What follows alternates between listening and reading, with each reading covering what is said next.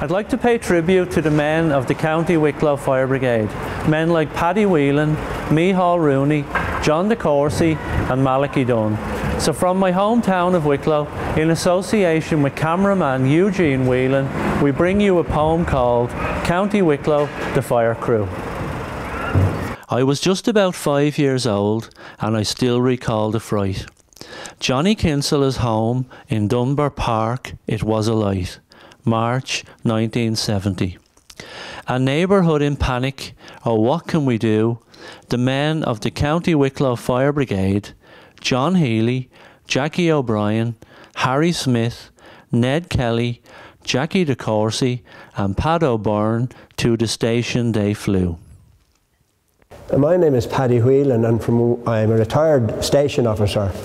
And it's wonderful to stand here this evening with this state-of-the-art firefighting equipment all around. And when you think back to the earlier days in the early 1930s, when the fire brigade was a push machine that carried 2 standpipes and a couple of hoses. And the call out was a bell at the town hall, which sometimes got confused with the bell at the church. And then the first 5 to arrive was the crew, and they done whatever they could under the circumstances.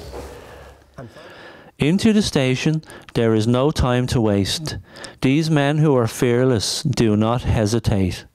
On board that great engine they are ready to go.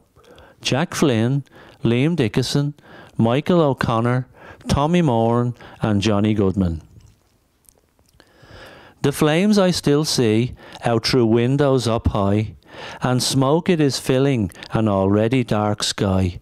A terrifying experience for children so young. The fire crew in yellow helmets, to you they will run.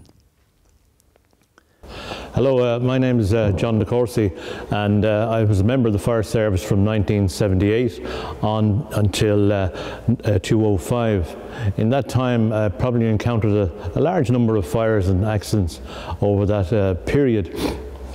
I would say one of the most interesting times was the time of Hurricane Charlie, and the one that sticks in the mind actually was, at one particular point, was this lady had called and she said her father was in the house and she was very worried about him. He was an elderly gentleman and she was very worried. The water was up around the windowsills of this particular house and we had to actually call the lifeboat to assist us. Now this house was about 7 or 8 miles inland, and which was an unusual request, but we had to get a boat. And we got into the boat with the lifeboat crew, proceeded to rescue the gentleman. He was asleep in bed, totally unaware of what was going on. But we knocked on the window, he got out of the bed and he asked us what was wrong. The man was totally oblivious to anything was going on, and he wanted to stay in the house till the water subsided, of course. We acceded to his request and that gentleman was fine, and we heard no more about him, thank God for that. The old jail yard where the engine she did sleep, and the town hall siren is for Richard Gill to keep. This fire crew we are grateful. Bill Redmond, Martin Shannon, Gary O'Reilly, Chubby Dunn, Martin Earls and Carmen E. Coppola, men that stand out from the crowd. As I document this memory, how it makes me very proud. Now many years later, do you recall the burnt out crib? Dario Coppola, Dermot Hickey, Ian McHenry, Mark Redmond, Scott Clark and Alan de Courcy. Also, Demo Clark, Colin Vickers, Station Officer Paul Whelan and Christy Byrne, I know for sure they did. This fire crew won't let you down. They look out for one and all. And if you're in a dark, dark place, on them just make the call. I'd like to dedicate the next and last verse to the memory of brave firefighters Brian Murray and Mark O'Shaughnessy. 999 or 112, to this they did respond. Brian Murray and Mark O'Shaughnessy, this monument to you in Bray honours you proud and fond.